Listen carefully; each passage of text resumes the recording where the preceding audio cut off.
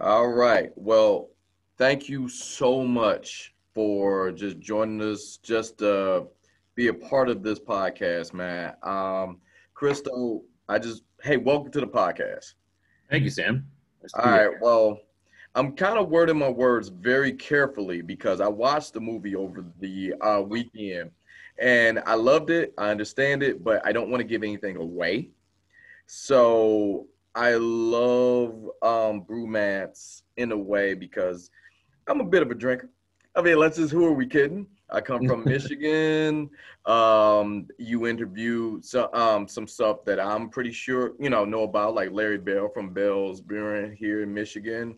And it shows in a weird way the goodness of alcohol in a way where it breeds camaraderie, it breeds friendships.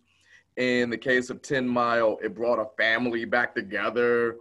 And then when we talk about liberation, it shows like, I hope I'm not speaking out of school here, like having a second life when we were talking about the career in Real Big Fish. And we all know how quickly the ska movement took off and it's around forever. And it shows so many facets, but one of the common grounds of it is just everyone's love for craft beer. So I assume if you made this movie, you have a love for craft beer, and that's a way of saying what made you come up with this idea? What made you want to show your love for craft beer? Well, Sam, I mean, I got to tell you, I'm no stranger to imbibing alcohol and fun libations and craft beer. But I mean, I wasn't really that much of a serious beer drinker before I started making the movie. Um, I just, I just sounded to me like a good story. And to be honest, there was a friend of mine who was like, dude, we should make a beer film together. And I was like, dude, I'm going to get to be a very large human if I make a beer Yeah. film. But yeah, it kind of happened. It's all right. It's kind of the price you pay. Um, but you know what it was? It was like I had a buddy who was a home brewer, and he was a member of this homebrew club. And started telling me about like what happens at a homebrew club where you show up and everybody brings their beers and then they share their beers and then they tell you exactly what they did, and then everybody sort of like pitches in and gives comments. And I was like, wow, this is a pretty cool situation here. And then I started wondering, wait a second, where did the craft beer movement come from? Did a little bit of research, and then came up with this thesis of like, oh, well, craft beer came from homebrewers. I mean, other people figured this out long before me. But when I figured that out, I was like, because my whole thing was like with craft beer, it's like it has changed the whole nature of beer, right? I Yeah, it mean, has. like beer, like in the '70s and when I was really young, was like it was just beer. It was bland, there was lots of fancy beer commercials, but there wasn't much diversity, right? Um, and then like over the last 40 years, man, it's like beers is a lot of things. And the other thing, the beer tastes good, and there's beer for like everyone, you know. Yeah, and one thing I kind of paid attention to, these weird beer revolutions that happens every 10 to 15 years, like how you talked about the 70s and stuff like that. And without giving too much away, I used to watch football games with my dad, and you will hear those jingles. You will hear, I remember this is going to sound crazy, but way before, because Colt 45, before Oh Billy D. yeah, Williams, they took such a change. I remember the jingle. It used to be ground one, pound one, get yourself a round one, Colt 45 with the dynamite taste. well, like yeah, Exactly. with the dynamite taste, pink. Yeah. And then I remember like these alcohol Wait, did it jingles. have dynamite taste? Oh, No, no. but it was just something cool to say. And then it was since we're on the Colt 45 train, we got Billy D, what was that, the 80s, and there was like, don't let the smooth taste fool you. And it was like all of these ads. And the reason I'm bringing this up is because they were all about taste, and they were all about flavors, and they were all about this thing that is virtually non-existent if you had a homebrew or craft beer, because they say, oh, if that's taste, they're going to sock you in the mouth with way different things. And that was like this beer revolution that we had, I want to say mid 90s going up to now. And then people that kind of like partailed into the seltzers we have now. And that turned into these, like, I think there was like a zero movement about 5 years ago where everything had no calorie, but you got a chance to have taste with it. And when you made this movie, did that open your eyes to more things that, and quite honestly, I was a product of this beer revolution, because I always have like the Bud Lights and stuff like that, but you know, old heads who just want stuff.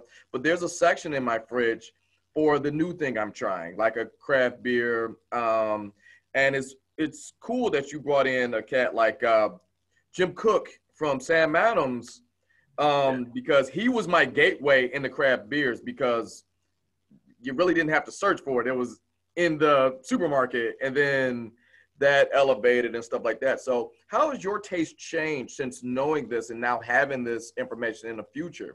How does it change you? Well, you know, I'm like same thing. I kind of went through this whole craft beer revolution, old beer revolution. And I remember like, you know, being like in the 70s, because I'm kind of old. I remember my uncle being like, I have some Coors. I got Coors. And I was like, what's the big deal? And then I remember like in the 80s, like drinking Henry Weinhard's. It's like, ooh, drinking something new and interesting. But you know, it's like this whole craft beer revolution, this whole thing is like, it's like a little bit like America has sort of woke up to flavor and taste. And it's not just in beer too. It's also been in like coffee. I mean, look at like Starbucks and Coffee Bean and Pete's and, you know, Phil's and all these like America used to be content with like a crappy cup of diner coffee. It was like that big thing in that big glass pot. Yep. And it just sat on the heater all day long. And Black it was like, label, orange label for what you want. Yep. Exactly. And I mean, even decaf was like, ooh, decaf, you have decaf? Great. But, you know, what happened is that, like, I think America started to really evolve their palate. And so it was like coffee was also like the food movement. It was like Larry Bell says, bread, you know, is that America's like, no, I don't want to buy that stuff. I want to shop at a farmer's market and I want to smell a vegetable and have you know, it's not something that's just this bland red thing. So I think like over the last 40 or 50 years, we have all just kind of woken up to things that like taste better and smell better and look better. And it's, you know, like for a long time, like Europeans used to kind of laugh at us like, oh, you silly Americans, you don't know what good food is, you know? Right. And now it's like, hey, listen, Europe, our stuff tastes sometimes better than yours. And like when I interviewed Jim Cook, he was telling me that he was busy going back over to Germany to the Brewers Alliance over there. And because they were like, what is wrong with our beer? Young people are not drinking our beer. And Jim was like, well, that's because your beer is boring. And basically, so what's happened now is like, we're exporting this idea of craft beer back to like the old country and helping them just sort of redefine what beer tastes like, what it is. During the process of this movie, you went through different breweries, obviously, and you focused on people that wasn't necessarily part of the centerpieces, and you had to go to these very different communities, and I'm just going to use 10 Mile and LBC as just since they were the two main ones. So they come from different mindsets. One is more family oriented, and one is more, we took something that we were good at doing and let's make a business out of it, even though that kind of works with both of them. But one thing I can say, the delineation of like how 10 Mile was very family oriented. And meanwhile, LBC was kind of like, we need to do this. And they hit with all of the business hurdles that one would go through. What was it like? And I'm just using those two, but I'm pretty sure you know a few more. You made the movie. What was it like journeying to these different communities where you got a chance to see the interaction with each other and how they treated beer and the filmmaker, how was that? Well, you know, like one of the things that's pretty awesome about working in the world of beer is that like people are just kind of cool, you know. It's like it is this like world where people are generous and they because it comes from that home brewing ethos of like, hey, we're all in this together. Oh, what do you need? You need some yeast? Sure, I got that. And then like that just sort of graduates to craft beer. So then you get these people who are like community oriented, you know, cooperative, graduating to a professional level, which is one of the things that I found kind of awesome about the whole idea of making a film is that I think craft beer is different than most businesses. Most businesses are like, I'm not telling you my secrets. It's our stuff. It's proprietary. Where like, you know, craft brewers will be like, oh, this is how I made it. Oh, this is what I put in it. This is the yeast I used. There it is. Go ahead. You won't make it the same way I make it, but you know, that's how I made it. And so these two groups were just really awesome and welcoming to me. And, you know, and like whenever you're making a film, you're asking a lot of the people in it because you're basically like, hey, share your lives with me. And I'll put it on film. And there's a whole lot of trust that needs to happen because these are, you know, people really existences. These aren't actors, you know, these are real people.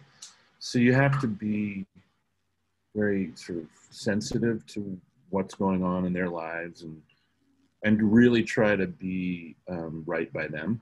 And I kind of hope I've done that, you know, while still trying to make a film. Because you saw like in you will see.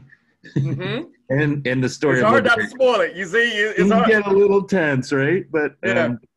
That was like part of life. And I was, you know, and actually those guys were awesome too. They were like, hey, oh God, I wish that hadn't happened. But yeah, it'll make for a good moment in the film. I was like, yeah, it will. Now, one thing I did take from the documentary is one of those things that I want to know. Here's what I took from this film. Out of everything I watched and I saw, it's going to sound very juvenile, but this is what I took from it.